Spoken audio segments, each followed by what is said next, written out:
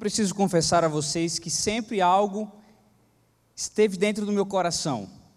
Eu sempre pensei mais nos privilégios e não entendia bem as responsabilidades de ser pai.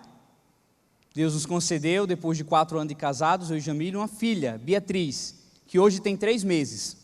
E eu pensava só no sorriso da criança e não sabia que por dia tinha que trocar cerca de 8 vezes a fralda.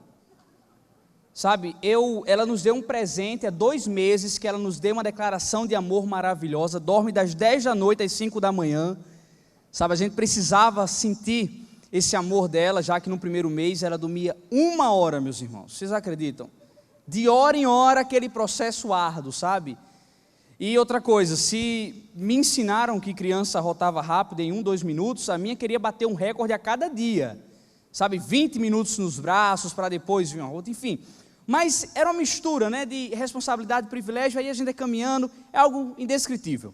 Sendo que na minha caminhada com ela, durante esse período de gestação de Jamile, 2 coisas chamam minha atenção e eu guardo com muito carinho no coração. A primeira delas foi o primeiro exame que realizamos, a primeira vez que Jamile estando grávida, fomos fazer um ultrassom para ter a testificação, já que as nossas hipóteses que ela estava grávida estava baseada em o exame da farmácia, mas nós fomos até o médico, que ali ouvimos pela primeira vez o coração da nossa filha, nem sequer sabíamos se era homem ou mulher, mas naquele momento Deus me levou a uma oração, e eu fiz: Senhor, essa vida já depende de Ti, já é dependente do Senhor. Foi um momento muito especial. Depois fui desafiado por minha esposa a estar na sala de parto, né? Então assisti 3 vídeos no YouTube de cesarianas. Ela me desafiou até a assistir um parto normal, mas eu não aguentei mais do que 5 minutos. E estava pronto, estava ali. E para a honra e glória do Senhor, Deus nos concedeu que a nossa filha viesse saudável. E naquele instante eu fui conduzido por Deus a fazer mais uma oração. Diante de toda a equipe médica, foi algo muito poderoso. Deus tocou no coração de todos que estavam ali. E eu fiz a seguinte oração. Eu me lembrei da oração que tinha feito quando ela tinha cerca de 5 semanas. E naquele instante eu fiz mais uma oração. Eu fiz: Senhor, de fato, ela é dependente de Ti desde que começou a viver.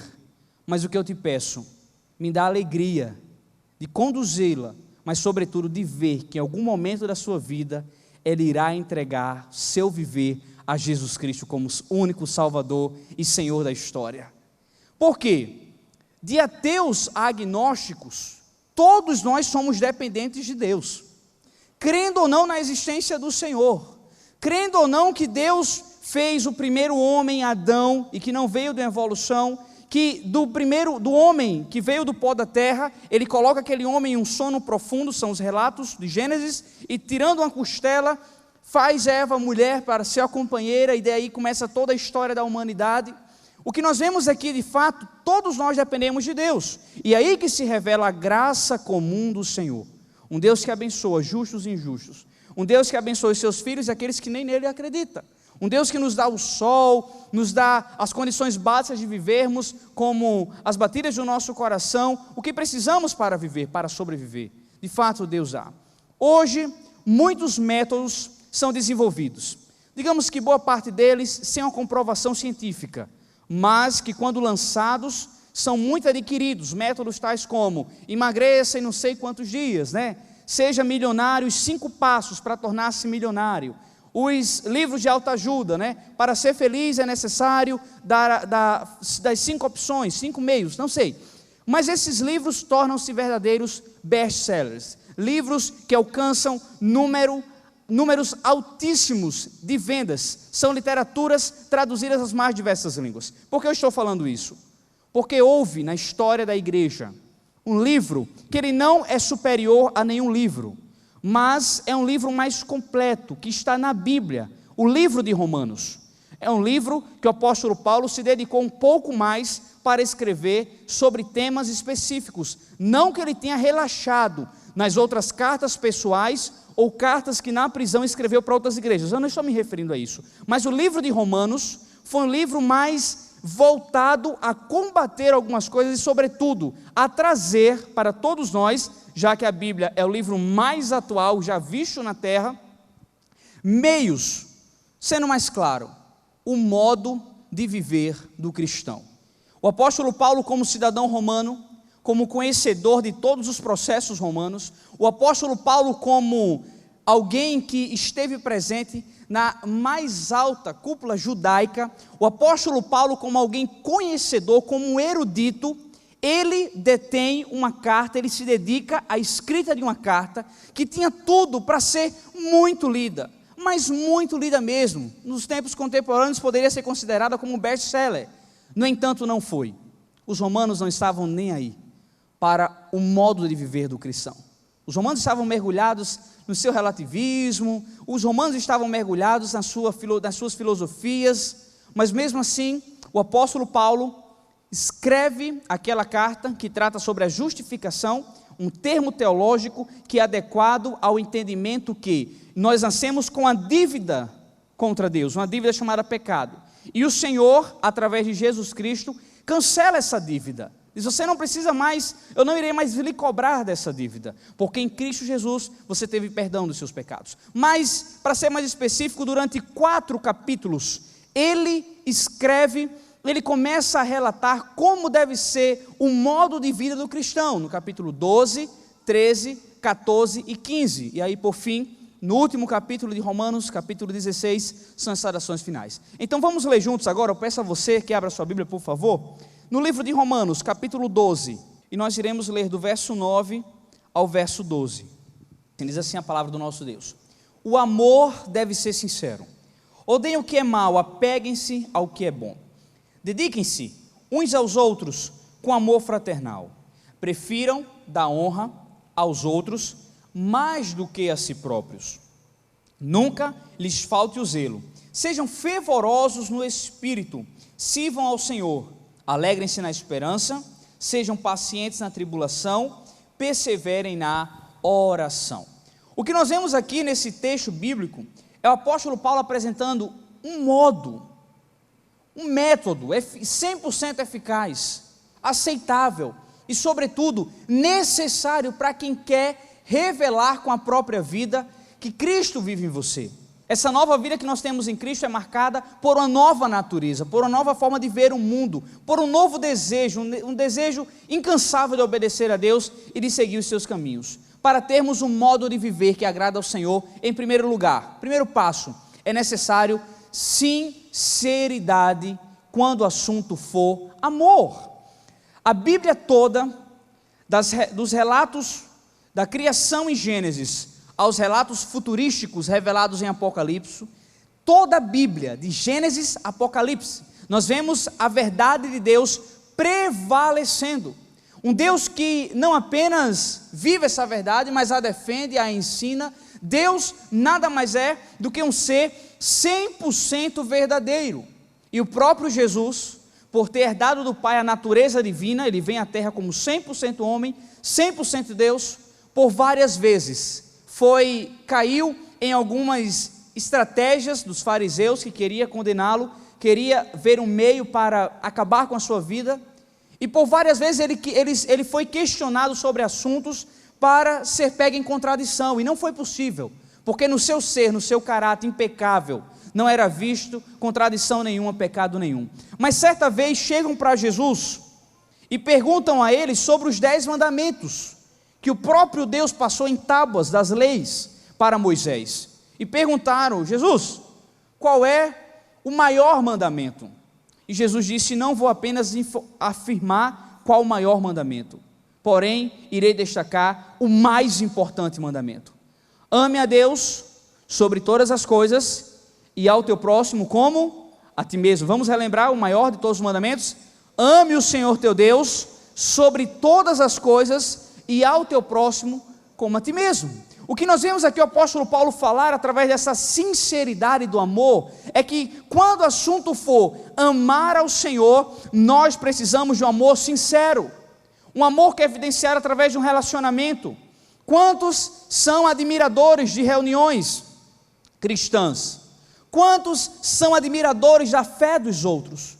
Quando na verdade amar ao Senhor nada mais é do que desfrutar de um relacionamento com Ele, um relacionamento que se dá através de uma paternidade, de um Deus que é Pai, de um Deus que nos ama e nos pega como filhos. Como eu falava no começo, Todos nós somos criação de Deus, mas Deus nos dá a oportunidade de, em algum momento da nossa vida, reconhecermos que ser criatura não é o bastante.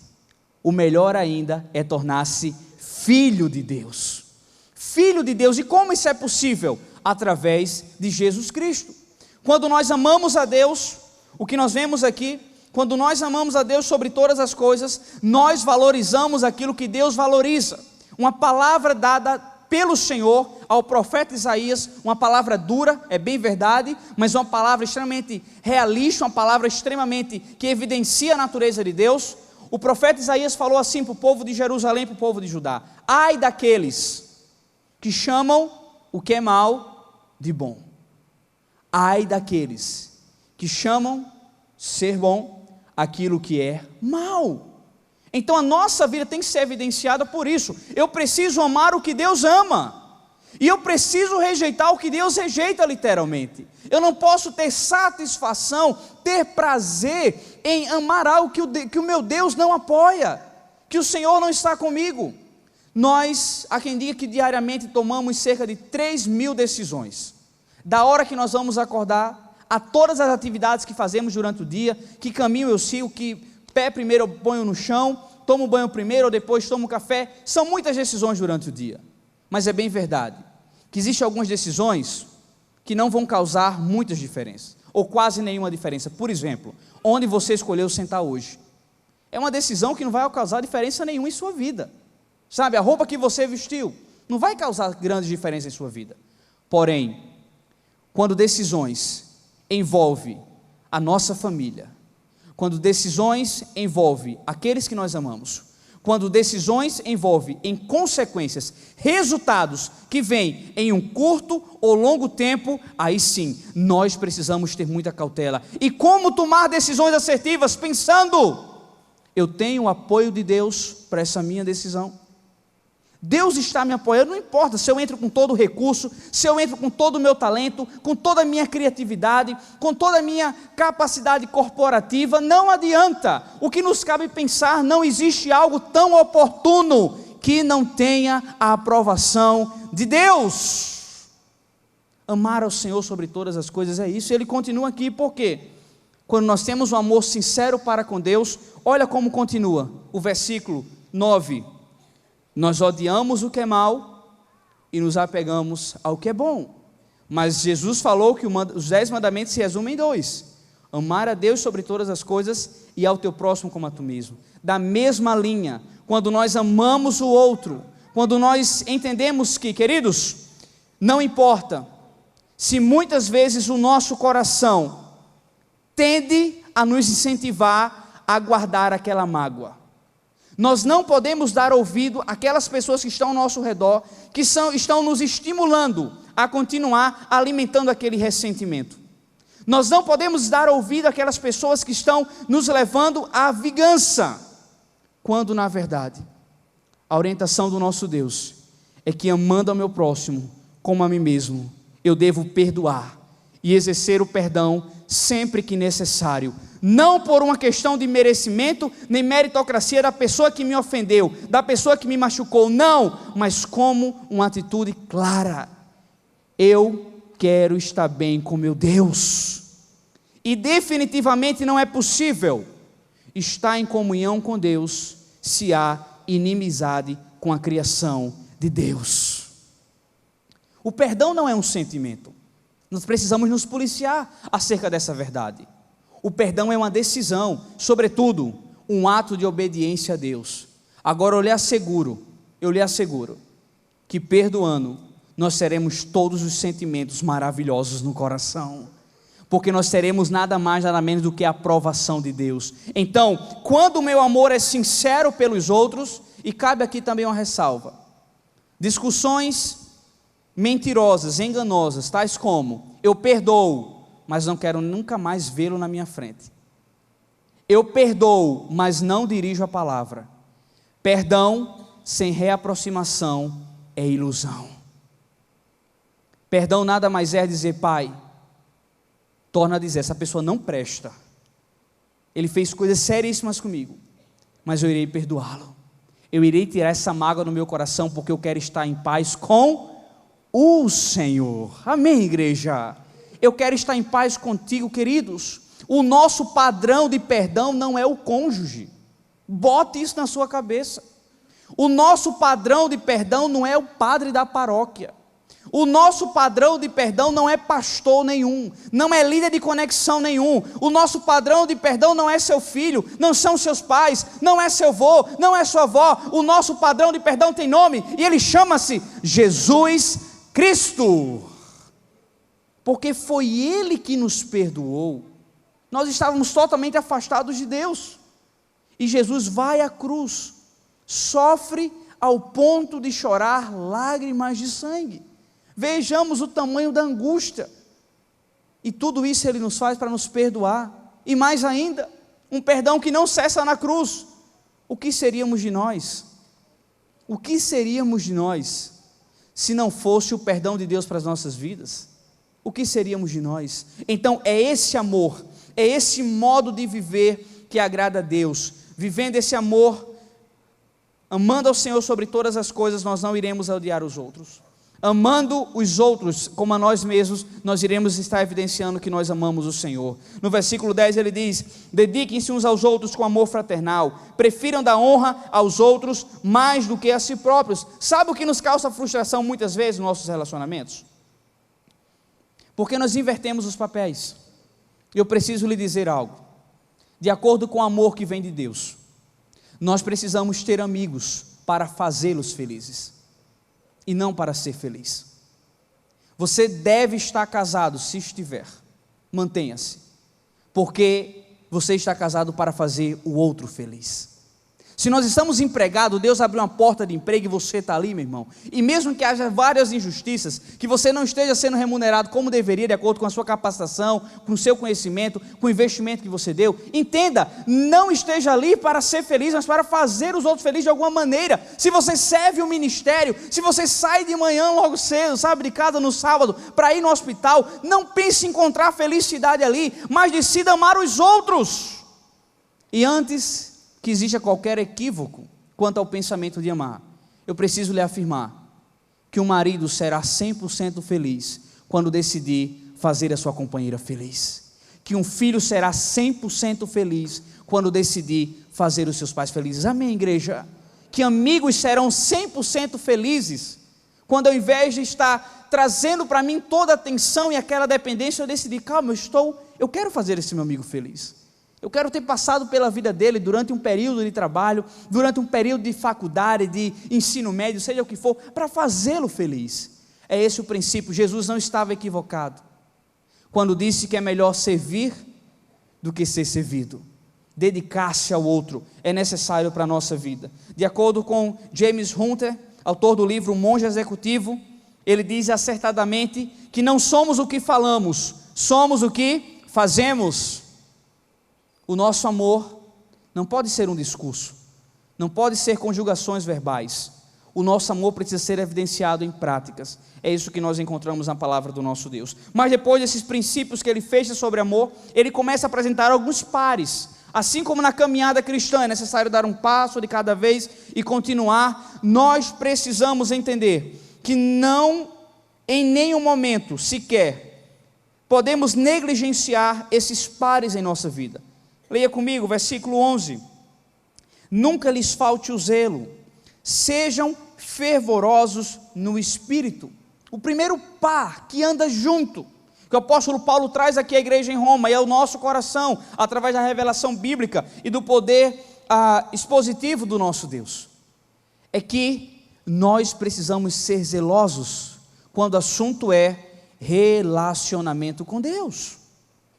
Quantas vezes por dia nós temos parado para analisar as ameaças, o que pode ameaçar nosso relacionamento com Deus? Ser zeloso no relacionamento com o Senhor é ter prazer e não sentir um peso, quando o assunto for disciplinas espirituais. Eu não quero trazer uma palavra aterrorizante, nem destruidora, mas sim reflexiva. Se você lê sua Bíblia apenas uma vez por semana, quando está em um culto, você não está sendo zeloso com o seu relacionamento com Deus. Pelo contrário, você está em risco de a qualquer momento arruinar seu relacionamento com Deus. Pois eu estou certo que as centenas de pessoas que estão aqui, outras milhares que assistem agora, nós não nos alimentamos apenas uma vez por semana, irmãos. A Bíblia é o nosso alimento espiritual. Ler as Escrituras nada mais é do que ouvir a voz de Deus. Então a primeira disciplina espiritual que nós não podemos abrir mão, requer esforço, requer muitas vezes dedicação, requer muitas vezes não assistir aquele filme, não entrar em redes sociais, requer muitas vezes foco e dizer, peraí, eu não posso entrar em risco, quando o assunto é meu relacionamento com Deus. Além do mais, outra disciplina espiritual, a oração. Nós não podemos negligenciar na oração, é sério. Uma vida de oração evidencia uma vida de dependência em Deus. Nós oramos não pela necessidade que exista, de Deus saber o que necessitamos. O salmista é claro, a palavra ainda nem me chegou à boca, e tu já sabes, Senhor. Então por que ter uma vida de oração? Porque quem ora, entrega ao Senhor apenas aquilo que Ele pode resolver e descansa. Quem ora quer aproximação, quem ora quer diálogo com Deus, quem ora quer sentir esse descanso no Espírito. Leitura da palavra, uma vida de oração, mas também uma vida de jejum. O jejum pode ser uma refeição que nós abrimos mão, mas o que falar então daqueles que não podem abrir mão de uma refeição? Os que precisam controlar a sua glicose, os que precisam controlar o seu organismo, os que necessitam, sabe, de algumas vitaminas específicas, os que necessitam de nutrientes e não podem abrir mão de uma refeição. O jejum nada mais é do que abrir mão de uma refeição se necessário, ou de qualquer outra atividade, tendo em vista eu me desligar um pouco do que for e focar no meu Deus, ir para o meu quarto, se ajoelhar e na presença do Senhor abrir meu coração. Nós precisamos ter prazer quando o assunto for jejum, e os jejuns não podem ser campanhas para que ocorram o que nós queremos. Se você está jejuando para conseguir algo, eis aí um meio totalmente equivocado. O jejum nada mais é do que como a oração e a leitura da palavra, um desejo ardente da nossa vontade acabar de vez e a vontade de Deus prevalecer em nossa vida. As únicas expectativas que nós precisamos criar no nosso coração, a cada oração, a cada jejum, a cada leitura da palavra é: Senhor, que seja feita apenas a tua vontade em minha vida. Eis aí as razões relevantes. Amém, meus irmãos? Além do mais, o comentário de Cranfield acerca de Romanos é que o fogo do Espírito não é excitação religiosa agitada, mas energia e determinação renovados no serviço humilde e obediente ao Senhor. A melhor notícia de ser cheio do Espírito, sabe qual é? Que nós iremos com facilidade obedecer mais a Deus. E sabe qual a consequência mais evidente de obedecer a Deus? Ser ricamente abençoado. Pense isso comigo, essa tríade, sabe? Ser cheio do Espírito, que me faz obedecer a Deus, que me leva a ser extremamente abençoado.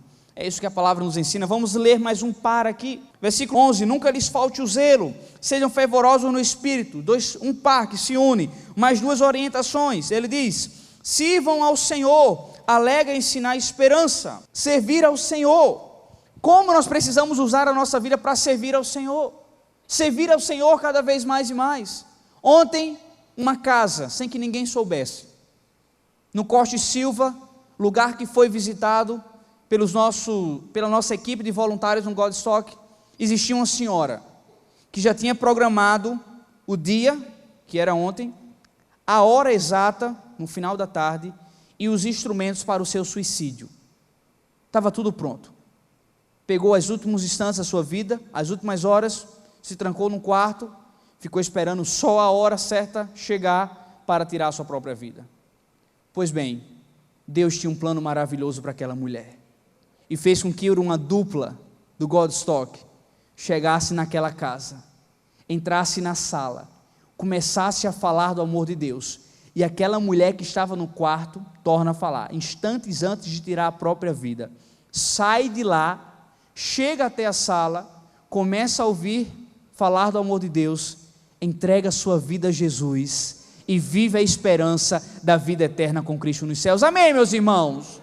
visto que o suicídio nunca será aprovado por Deus, porque só Deus tem poder de dar e tirar a vida, e é uma forma de desistir da vida, sem sequer dar a oportunidade que Deus revele o seu poder sobre todas as coisas. O serviço gera esperança. Nós precisamos nos colocar como disponíveis nas mãos de Deus, para servir, não pensando no outro. Aquela dupla não tinha noção que aquela mulher ia fazer uma loucura dessa, mas eles se colocaram à disposição para servir ao Senhor. Eu não sei quem falou isso, mas repetirei quanto vida tiver: quem não vive para servir, não serve para viver. Servir a Deus, entregar-se ao Senhor, sabe? Pensar que a minha disposição irá glorificar o nome do Senhor. Sabe qual a nossa grande frustração em perdoar? Sabe qual a nossa grande frustração em acreditar novamente na pessoa? Para ser sincero, sabe qual a nossa grande frustração em pregar o evangelho para outra pessoa? Porque nós queremos que ela mude imediatamente. Que seja assim, a gente fale e imediatamente transforme. Quando o que Deus nos manda é falar. Aconselhe, fale da esperança de Cristo Jesus. Agora tenha primeiro, para que você possa experimentar e depois, comprovando, dizer de fato, é real, vale a pena. Nós precisamos servir ao outro, porque o serviço está ligado à esperança. Sirvam ao Senhor, é isso que Ele diz, alegrem-se na esperança, literalmente usar a nossa vida, como Jesus falou ao final do Sermão da Montanha, sendo sal da terra e luz do mundo, dando sabor à vida dos outros, mas sobretudo, sendo também uma esperança dada por Deus. Como lição final, o último par, do modo cristão de viver, o apóstolo Paulo diz assim, leia comigo, versículo 12, alegrem-se na esperança, sejam pacientes na tribulação, perseverem na oração. O que é a tribulação? As tribulações na vida de um cristão são as lutas que eles enfrentam. Ora na família, ora envolvendo saúde, ora envolvendo conflitos, ora envolvendo área financeira. São lutas que nós enfrentamos. Lutas já previamente ditas por Jesus. No mundo vocês irão sofrer aflições, mas tende bom ânimo, eu venci o mundo. Então, quando nós pensarmos nas tribulações, tribulações não são consequências de pecado, aí é outra coisa. Não tem nada a ver com tentações. As tribulações que a Bíblia nos ensina são meios pedagógicos que Deus escolhe para nos ensinar. Mas o que é mais brilhante, de acordo com Tiago, ao pensarmos em cada luta que enfrentamos em nossa casa, ao enfrentar cada luta que você enfrenta no seu casamento, nos seus negócios, na sua família, nos seus relacionamentos, é que toda tribulação, de acordo com a Bíblia, tem um início, tem um meio, mas tem um fim determinado pelo Senhor Jesus. Não existe tribulação eterna, mas enquanto não aprendermos o que precisamos aprender naquela tribulação, ela não se finaliza em nossa vida. Então temos que aprender. Momento de luta, Senhor, eu tenho que aprender a confiar mais em Ti. Momento onde as coisas estão no meu futuro estão totalmente nubladas, não sei o que vai acontecer daqui a uma hora, não sei qual vai ser o final da minha vida. Senhor, por favor, me dá paciência. Eu quero aprender a esperar, eu quero aprender a minha fé.